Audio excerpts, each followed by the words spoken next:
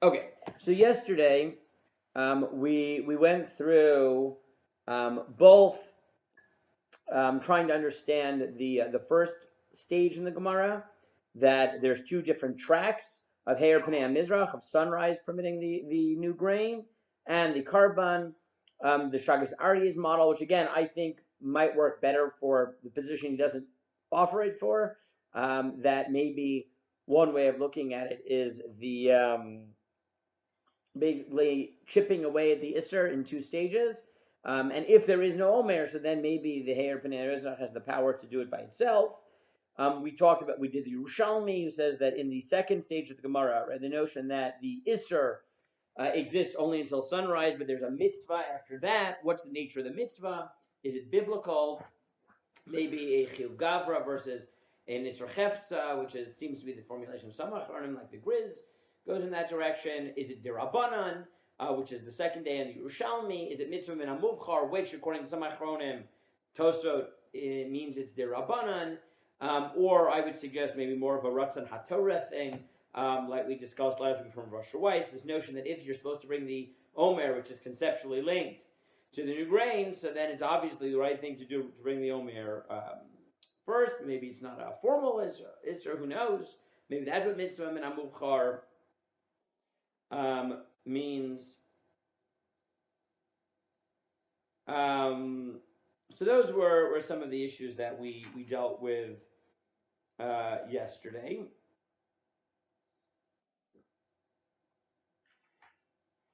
Okay, so what I want to do, like I said, is I don't want to read through all the Achronim, so maybe what we'll do today, especially since we're on this Zoom thing until the air conditioning is fixed.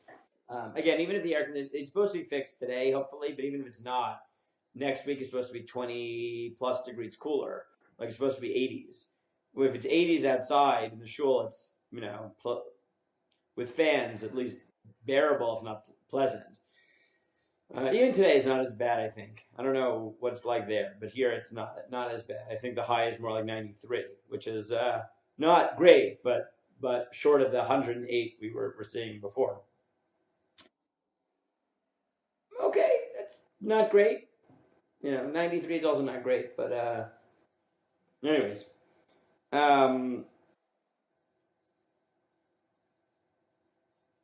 Okay, so let me really run through some of the positions that appear in other shito, and then the sheet that I'd sent out.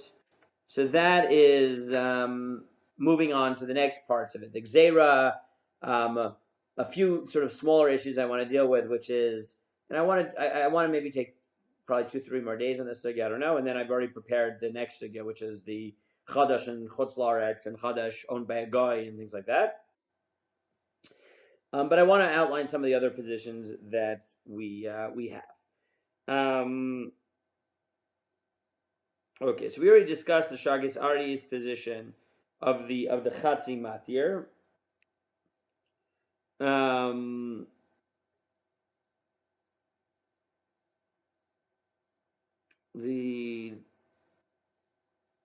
So other Achronim weigh in on this as well. The Heter L'Mafreya issue we discussed yesterday. I think that's what we're up to. We had discussed that.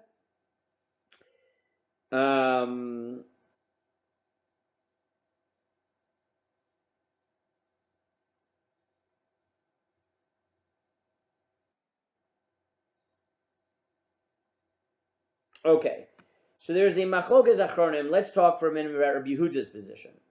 Right, so Rabbi Yehuda thinks that when does it become mutter? At the end of the 16th. Right, at the end of the 16th. So what happens in the time of the Mikdash? Right, it's the end of the 16th day unless you bring the Omer. So what happens if you didn't bring the Omer? So then what's the halacha? What do you think?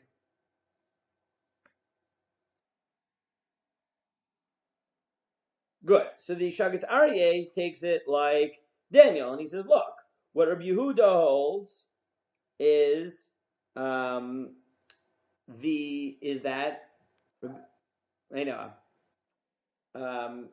Yehuda holds is that sunset of the 16th going into the 17th is what waives the Issur. But if you have the Omer, so then you can lift the Issur earlier. But if you, in the time of the Beis Hamikdash, if you didn't have the Omer, so Shagazari says, you see that sunset, the end of the 16th, has the power to be Matir.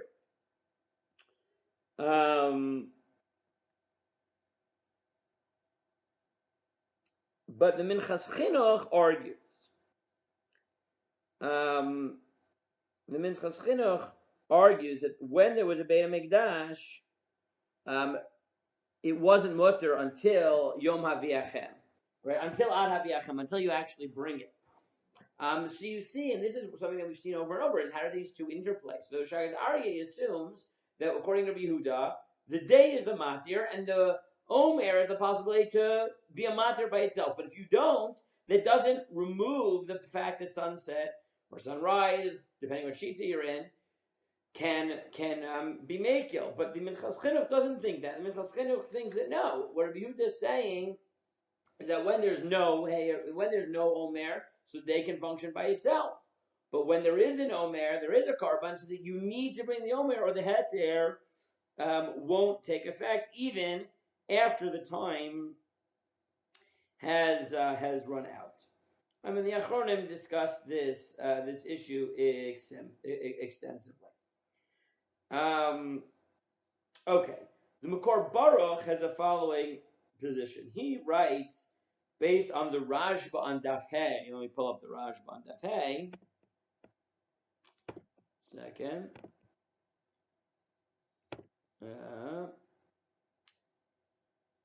Menachot. Hey. Rashba.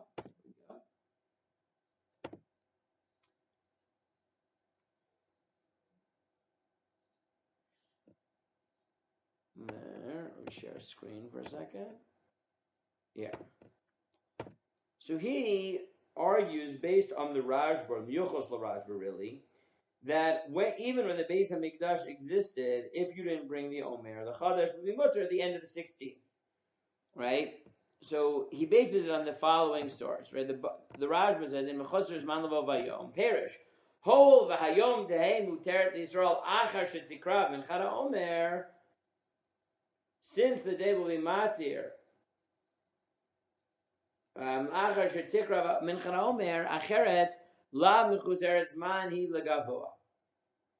V'ish lomar dinehi liYisrael asur hashta mikol makom legav gavoa muter liYisrael karin ve'kevan shebe'otu hayom de muteret. So he reads this line that since for the Jews today it'll become muter mikol makash v'lo ein asur minei mechuzeret zman.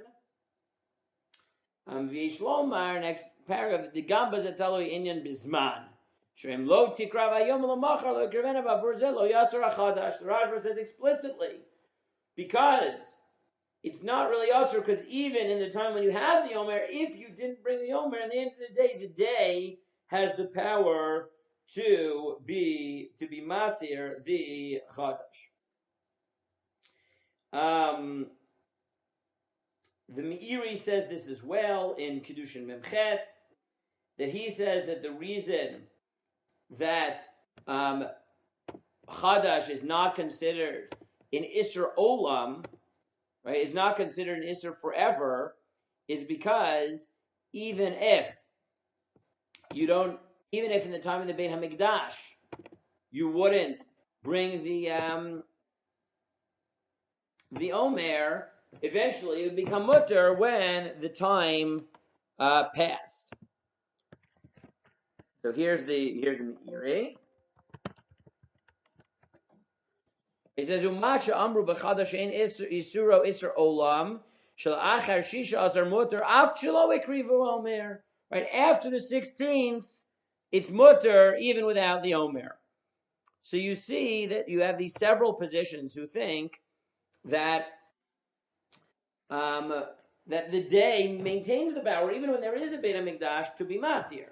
It's just that the Omer could push up the mitzvah, but once the day passed, it is mutter. However, there are other shita. Right? There are other shita who said no, it's not that way. The Yom maybe only has the ability to make it to Matir when there is no Omer. But if there was an Omer, not only would it be usher until you bring the Omer on that day because of the mitzvah and everything we discussed yesterday, but maybe that, whatever that mitzvah is, right, mitzvah naseh, siddur habanan, whatever, that exists forever until you bring the Omer, right? So we have one set of shittos who says whatever it is that the Issur of the Omer is, that only applies until the end of the day. But once the 16th is over and done with, so now you just missed a mitzvah, but there is no prohibition of any sort on eating the new grain, right? The day came, you missed your chance to bring the Omer Bismana, deal with it. There's nothing you can do, right? Or maybe you're chayiv to bring the Omer, but it doesn't affect the Issur on the food anymore, right? If you think Heir B'nei Mizrach is Matir, so then without the Korban, so Zeu. If you missed your opportunity,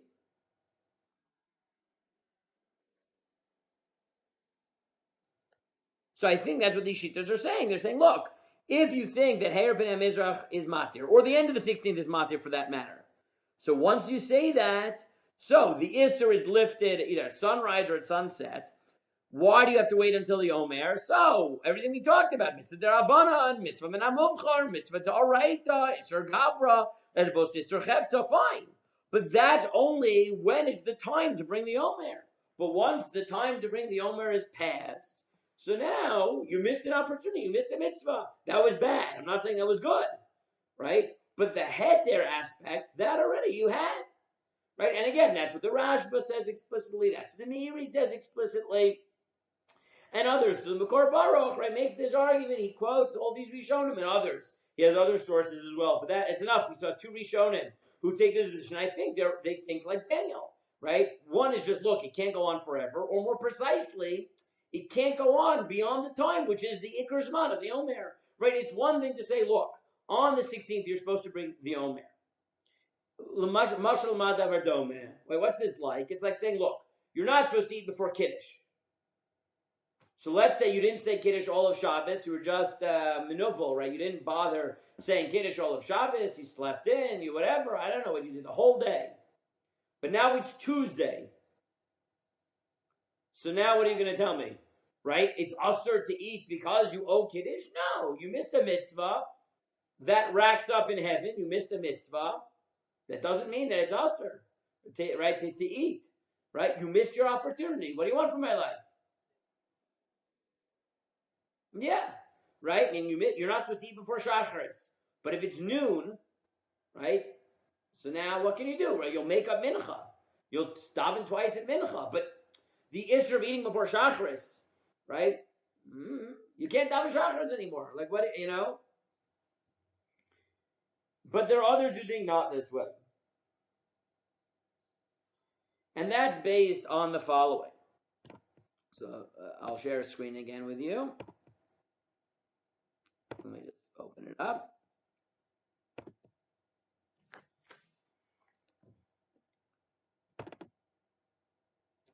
So they appear in an interesting place.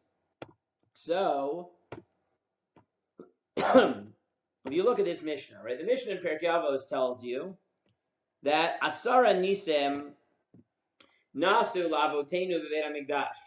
There were 10 miracles that happened in the Beit HaMikdash. Lo Hipila Isha Merech Basar HaKodesh.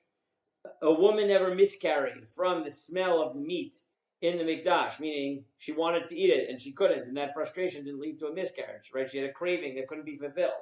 V'lo Esriach Basar HaKodesh Me'olam. The meat never spoiled. V'lo Nir Zvuv B'Beit HaMitbachayim.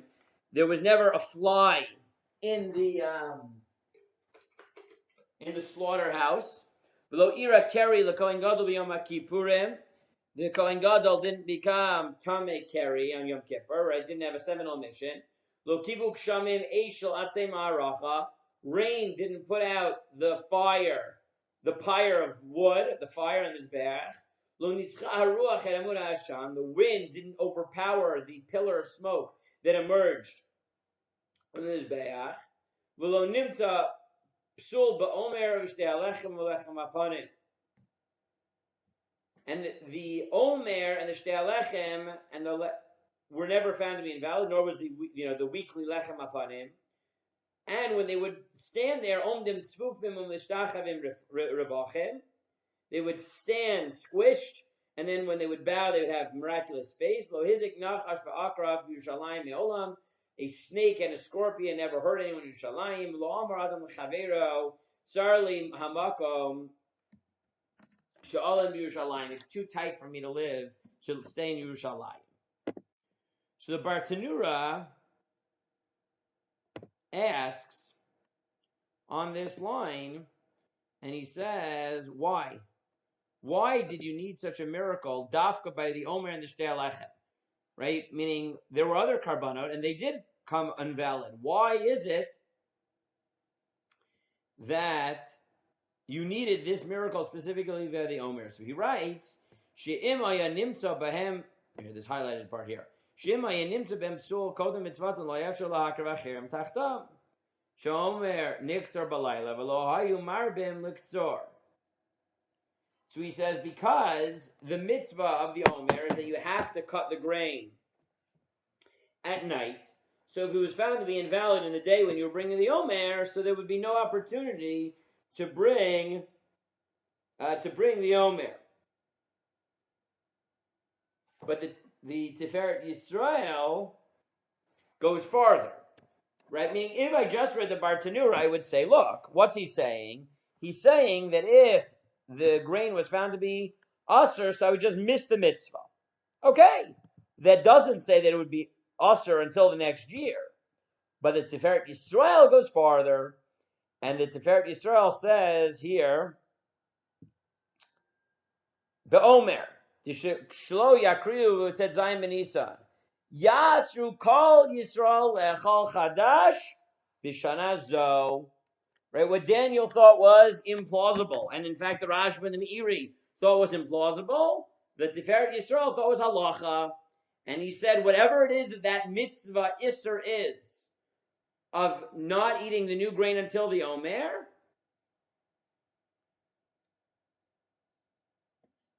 that will last the entire year. That will last until you get to bring the next Omer. What you eat, I don't know, right? You have no challah for the entire year, right? No bread. You just live on old grain and vegetables. I don't know, and meat and fish and eggs and whatever, but not grain. He says, and he says, even though b'diavad, if you cut the grain during the day, it's kosher. Kishenifsal haniktar balayla yichol niktar acher b'yom lakriva. Al kol panim ha'idei ze yidakvu b'akravato v'yikashlu rechokim shalach lachadosh miyad acher chatzot al smach shlo yidakvu melakriva. So he says, look, two miracles here. He said, if you cut it during the, not like the Bartanura, right? The Bartanura doesn't want it that you have to cut it during the day. Tiferet Yisrael says, yeah. If you cut it during the day, it would be kosher. The problem is that then you'd mess up the people who live far from the Beit HaMikdash. Because if you remember, we said that by Chatzot, you're allowed to assume, if you live in Tveria, you're allowed to assume by Chatzot that you're allowed to eat the new grain, because the Beit Din of the Kohanim is never going to delay. Right? They're never going to mess up. So the Tiferet Yisrael says, well, the miracle that it was never possible was to not mess up the people in Tveria. Because if you messed it up, you'd have to go back to the field, you have to cut more grain. There's no way you're going to finish a second round of cutting an Omer by Chatzot. So that's interesting as it is. But then he adds the second point, which is, and if you don't bring the Omer, it's usher until the next year. So you see that you have this machlokes. That, is it the way the Rashba conceptualizes, the Meiri conceptualizes, that look, the Issur is lifted either at sunrise, Erev Mizrach, or at the end of the 16th, according to Rabbi Yehuda, then the Korban, so either according to Rabbi Yehuda cuts the Issur early, or according to Rabbi Yochanan creates a second Issur, or a mitzvah d'Rabbanan, or a mitzvah min hamuchar, everything we discussed yesterday, to not eat grain until the Omer. But all of that is true only until the end of the day. But once the day is over, so you miss the opportunity to become a mitzvah. What do you want from my life? But whatever remnant Issur existed, or remnant chiyuv existed, dissipates. And that by the time you get to the next day, you're allowed to eat grain legamre. That's one way of understanding it. And I think what drives that understanding is that whatever level of Issur or mitzvah derabbanan, mitzvah mufchar exists until you bring the Omer, that's only because of the chiyuv deram yaleh, because you have an obligation to bring the Omer now. But if the day passes and now it's not the Zman, so the day was Matir, either the morning or the afternoon or whatever, but the chiyuv doesn't exist anymore. But as you see, the Tiferet Yisrael doesn't agree with this. The Tiferet Yisrael says no. When there was an Omer, the Omer is the Matir. And whatever level of chiyuv you think exists until you bring the Omer, whether you think, again, like everything we saw yesterday, Rabbi Yochanan, Dirabbanan, Mitzvah, Muchar, etc., or you think, like the first day in the Gemara, that in the time of the Beit HaMikdash, the only thing that's Matir is the Omer, so then that issue remains until the next year. Yeah. I think it's hard to say that if you go like Tosfos and say it's the mitzvah and Muchar, and then also say it's Issur. I agree with you, right? It could be that this will only work according to the Shita that it's a law, that it's an asay deoraita, right? It could be. You're right. I tend to think you're right. I can't prove it, right? It could be that you'd have to distinguish, right? 100%, right? You could say that it depends, right? Maybe according to the first Shita in the Gemara that it's oze, so then it's the ikr lav in the time of the Mikdash isn't lifted until the Omer, so that Issur might last to the next year. Or even if you say it's a lav or mitzvah deoraita, so that you could say lasts the next year. The Dirabanan, I'm not even sure, right? It could be that the Chazal said the Issur Dirabanan goes all year. It's possible. Unlikely that Chazal would impose a Dirabanan that much, but I can't prove it. And mitzvah min ha-muvchar, again, I think you're right. That if you think it's mitzvah min ha-muvchar, so maybe there it's very hard to say the Issur would last till the next year, but I can't prove it. But whatever it is, you see that you have this machloket. The Raj with the Meiri think that by the end of the day, the Issur, whatever it is going to be lifted, according to Yehuda, probably according to Yochanan Zakkai as well. On the other hand, you have the Tiferet Yisrael who says no, that the Issur will last until the next year.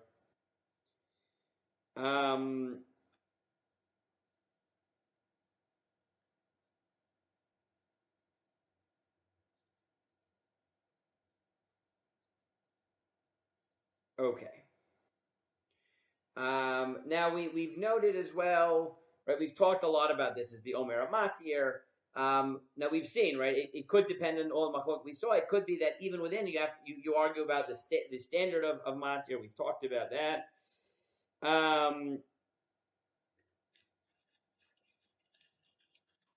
Now when it comes to the Yom Tet Zayin, so the Achronim have another question. They ask the following: whether the heter of the Yom of the 16th,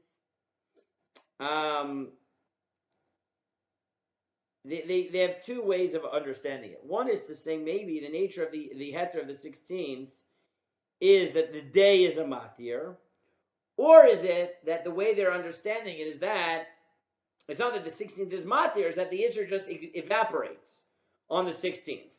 What do I mean? So, like, if I asked you, is the day after Pesach a matir of chametz? You would tell me, no, the Issur is just on Pesach.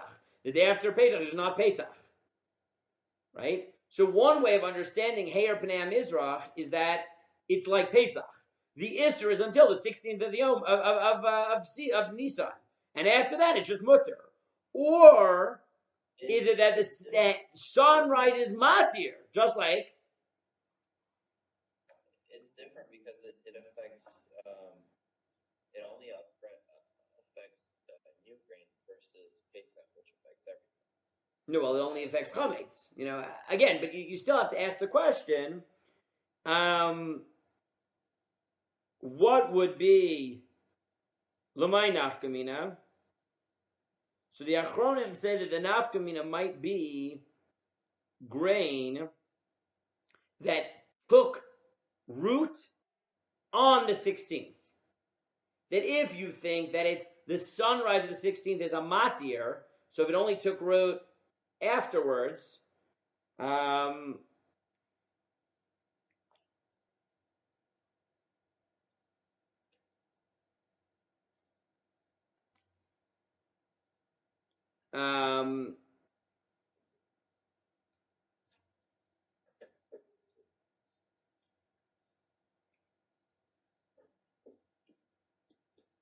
right? So those who say, look, sunrise is the matir, so they say, look, if it became right, if it took root later on the 16th, it's usher, because just like if I had grain which took root, after I brought the omer on the 16th, if you think the omer is matir, it's not mutter. So the same thing is true on the 16th, and that's the position of the Note Yehuda, the Sfas Emes, the Shakis Aryeh. And others say that maybe not, right? Maybe not, because maybe it's just, look, anything that's, it depends. It's just a Zman. It's a Zman issue. Before the 16th, it's Asr. After the 16th, it's Mutter. The Avnei Nezer says it might depend whether you hold like Chachamim or Yehuda. That according to the Chachamim, that sunrise is clearly the Matir. Right? Sunrise is the Matir. And the Omer delays the Heter. According to Yehuda, it could be that it's not that way, right? That the whole day is Asr, right? The way he understands it is that this is the Machlokas of Yehuda and Chachamim and Rabbi Yochanan. And that if you think the morning is Matir, that's because you think sunrise is a Matir. But if you think it's sunset, it's not because sunset is Matir. It's because it's Asr until the end of the 16th. Right? That's the Zman HaIssur. Right? So the Avnei Nezer says that is the Machlokes. If you think sunrise is when it becomes Mutter, that's because sunrise is a Matir. If you think that sunset is Matir, there's no such thing. There's no pasuk sunset is Matir. It's because Ad Yad Bechlal, until the end of the day, it's Asr. Right? That's the Zman HaIssur. So he thinks that this is, and again, he also thinks that the Nafka Mina of this might be one of these cases of things taking root. Specifically, he thinks that it's chitim shezarn bekarka kodem omer v'avar lein omer v'lo ishrishu, something that was planted in the ground before the omer and didn't yet take root. So he says that suffix is only according to the Chachamim, because according to the Chachamim, the omer is a Matir, but he thinks according to Yehuda, anything that took root before the end of the 16th is going to be mutter because it just runs out. The time of the Issur simply just runs out by the end of the day. That is his chiddush. Now, some people, the Or Sameach actually thinks that this is a machlokes between the Bavli and the Yerushalmi. And he thinks that as for the following reason, right? So he thinks that the Gemara in Psachim, the Bavli,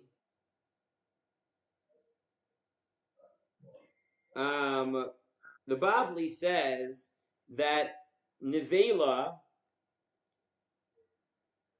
is Asr Ba'achila, right? Meat that died without Shchita is Asr Ba'achila.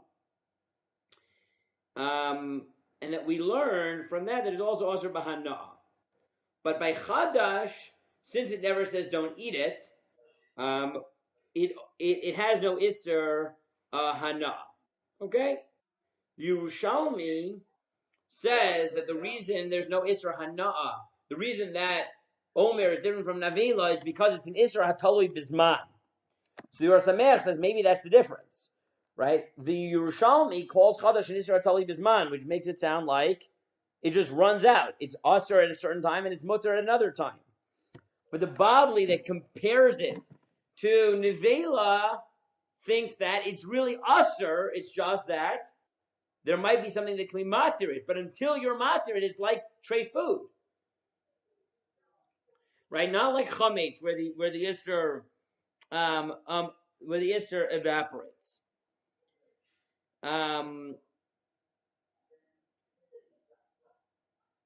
Okay. Now, so let's just summarize what we've seen, because we've seen a lot of these things. So we have the first sheet in the Gemara that there's two avenues of heter, which I said one way of understanding that is the way the Shagis Aryeh sends Rabbi Yochanan, which is that even Bisman HaMikdash, there's two levels of Issur, right? And you can chip away at it with the day and with the Omer. When there's no Beit HaMikdash, you need both. You need the day. When there is a Beit HaMikdash, you need both. No one seems to agree with me on that one, but that's my suggestion. The other way of suggesting it is no, it's just Xeris HaKal. So if there's two tracks of Issur, when there is a Beit HaMikdash, the Omer is the Matir. When there isn't, the day is the Matir, and that's how you understand the two psukim. And that's, for example, if you look in the Debrut Moshe, that's how he understands the Gemara. Then we have the second day of the Gemara, right? That really Heir Pnei Mizrach lifts the Issur, and there's a mitzvah to not eat until the Omer. We said, what's the nature of that Issur? So we saw a different shito. Either it's D'oraita, but maybe it's a difference of an Issur Chefza versus an Issur Gavra. That was the Grizz. Maybe it's D'Rabbanan. Maybe it's Mitzvah Namuvchar, which might also mean D'Rabbanan, or Ratzon HaTorah. Then we said, okay, now what happens if you don't bring the Omer? So is it that it'll evaporate by the end of the day, or is that it'll stay the next year? We saw the Raj, but the Meiri say by the end of the day it's going to be mutter according to everybody. The Tiferet Yisrael says no, it's also until the next year. Then we said even Heir B'nai Mizrach, how do you view it? Do you say that the Heir B'nai Mizrach is a Matir, right? Just like the Omer, it permits it, or do you say no? Heir B'nai Mizrach just tells you the beginning or the end of the day is simply when the time runs out. The Avnei Nezer says that this might be the Machlokes Rabbi Yehuda and Rabbi Yochanan, because if you say it's the beginning of the day, that's because you say the Etzem Hayom is Matir. If you say it's Avad Bechlal, that by the end of the day it just becomes Mutter, so then that's just saying it's a Zman, it runs out at the end of the day. The Or Sameach said that's the Machlokes Bavli Yerushalmi, is that do you conceptualize it like Nevela, in which case it's an Issur which you have to be Matir, that somehow magically it's as if you could turn not kosher food into kosher food? Or do you say, no, it's an Issur Atoli Bisman, which is how the Yerushalmi says it? The nafkamina might be something that takes root on the 16th itself. If you think it's a Matir, so sunrise already passed, the Matir already passed, it's going to be usher till next year. If you think it's Zman, so then maybe, well, the Zman passes, and maybe, as we saw, it might be the Machlokes, Rabbi Yehuda and the Chachamim. According to Yehuda, look, by the end of the day, the Issur will just evaporate. But at the beginning of the day, it will not.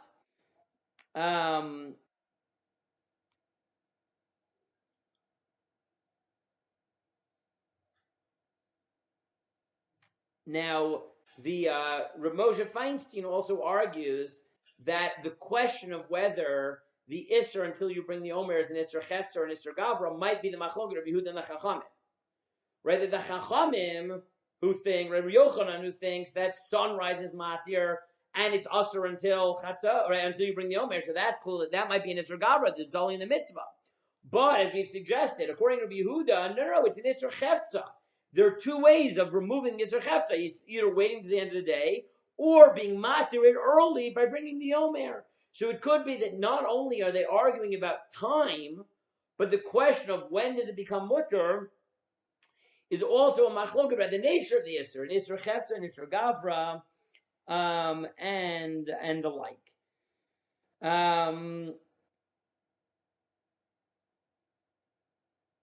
Now, some of these issues are going to come back up, right? Again, I said that a lot of these issues are going to come back up. I want you to keep this in mind because, I'm going to throw this out now, but we'll see it more probably next week. The question of this Issur Chefza, Issur Gavra, is the Issur of Chadash inherent in the grain, or is it a function of the fact that you haven't been Mekayim the mitzvah yet? This is going to come up when we see the question of Chadash and Chutz La'aretz. Because, as we'll see, you aren't allowed to bring the Omer from grain and Chutz La'aretz. So if you think that the Issur is independent, so you could say, fine, it makes total sense. You can't bring the grain from Chutz La'aretz, but maybe it's still usher to eat Chadash and Chutz La'aretz, because the Issur and the mitzvah are two different things. But if you think that the Issur in the Chadash is a function of the mitzvah, so then you might end up posting, as we'll see, like the Bach, that Lahalacha, Chadash, and Chutz La'aretz is not Asur, right? Which again is not the majority psak, but this conceptual issue is going to be in the background of the position of the Bach. So again, I don't want to get into that fully yet. We're going to have to do that as an independent topic. But these questions of, is this an Issur Chefza, an Issur that inheres in the Chadash, or an Issur Gavra that is dependent on you being Mekayim the mitzvah, that really does lie in the background of the Chutz La'aretz issue, and we'll see it'll also depend on some of the other shitot in the poskim that whether or not Issur Chadash applies to grain which is owned by a guy. Because again, if you think that it's Machalat Asurot, right, that the nature of the Issur and Issur Chefza, so then you can conceptually say that the Issur Chadash applies even to that which belongs to someone who's not Chayiv in mitzvot. But the more you think that these Yisurim are functions of the mitzvot, the more you have room to justify those positions in poskim that Chadash, that of grain that was planted and owned by a guy, is not Asur. Because, right, the guy isn't Chayiv in mitzvot, and if you think the Issur Chadash, or at least part of the Issur Chadash, is a derivative of the mitzvah shabo, so that's going to be something that might not apply.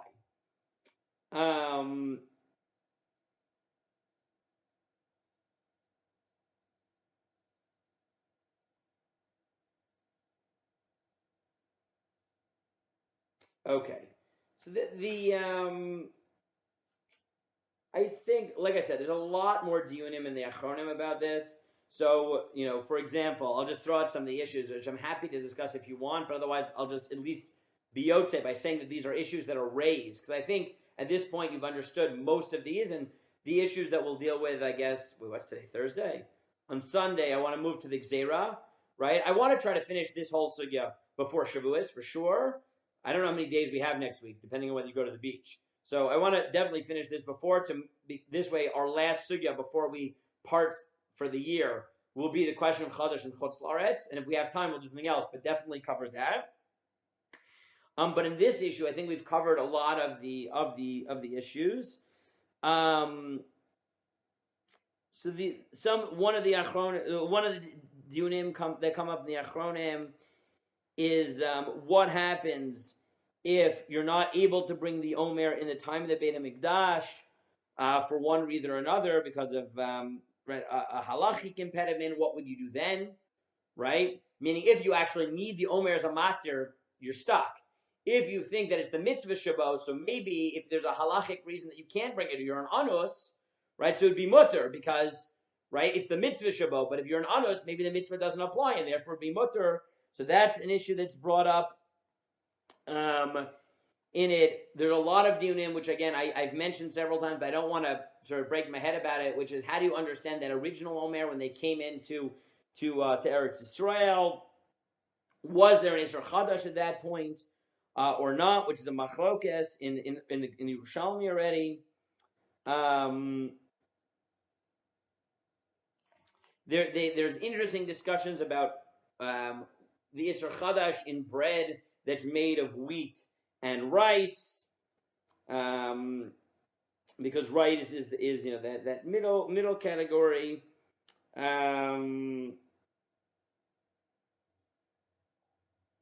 Okay, again, there's a lot of achronim on this, and if you're interested, I can give you the references to the Shagas Aryehs, the Anig Yontifs, and the like. But I think for now, I'm sufficing with that. I think we've covered enough of the basic shitot so that you understand the conceptual directions to take in this Gemara, both in terms of is sunrise an Issur or Matir, or sunset Issur or Matir, or just the Zmane Issur.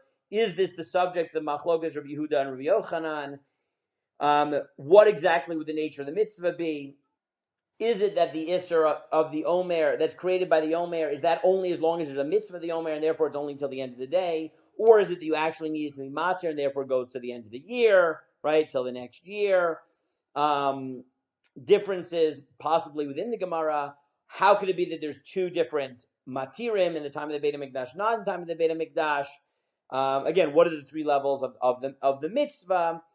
What other issues have we dealt with in the last few days? Just to summarize, mitzvah or matir. Right, is the omer is function only a matir, which again might come down to the machloket of whether sunrise is the primary matir or the korban. Does it speed up the issur like Rabbi Yehuda or slow it down like Rabbi Yochanan? The question of whether you have to bring an omer when there is no issur, meaning in the midbar, right? Did you have to bring it? We saw that a few days ago. Is it defined as a matir for the purposes of lishma and korban, which was what we looked at extensively in Daf Dalet and Daf Hey? The machlok is Rav, Rava, and Reish Lakish. Again, the basic directions I think you have down. The issues that I want to deal with after this, you can tell me if you want to do any of them now or you want to just wait till we're back in person. A few small issues, which is sunrise or chatzot where? In Yerushalayim or where you live, right? Which is, I think, a sub-machlokes, which is, okay, I don't know if you want to do that now or wait. I think that's a proof that these restrictions don't really apply to Muslims. Well, we'll see, right, to see what exactly this issue is. So I want to look at that briefly. I think that connects to the question of whether you think it's a function of the Omer, right, or not, right? Meaning, if it's Yerushalayim, even if the Zman is dependent on Yerushalayim, you're saying, remember we said that it could be that the reason that the 16th is Matir is not because the 16th is Matir, but because it's the Yom HaNeif. It's the day in which you bring the Omer. The more you conceptualize it that way, even the Zman will depend on Yerushalayim, because the Zman is also integrated into the Omer. Right, but if you think that no, Zman just means that the Zman is Matir and the mitzvah is something independent, then the Zman might depend on where you are, right? I want to briefly just look back at the question very quickly of, is Her Pnei Mizrach sunrise or dawn, right? Very quickly I want to do that. And then I want to deal with definitely spend a day. It'll probably take us on the nature of the Gzeira, right? Why is we have a Gzeira like this? So I was about to ask you if you want to go longer, but I just see that Shmuel David texted that lunch is here. So I'm going to take that as my cue. We'll do that on Sunday. Again, I think we can definitely finish this next week, probably even earlier than the end of next week, depending on how many days we have, depending on whether it actually works out to go to the beach and stuff like that. And also, I assume we're not having Shir Erev Shavuot, but I offered Ray Ginsburg to have Shir and Erev Yontiv, even though we don't normally.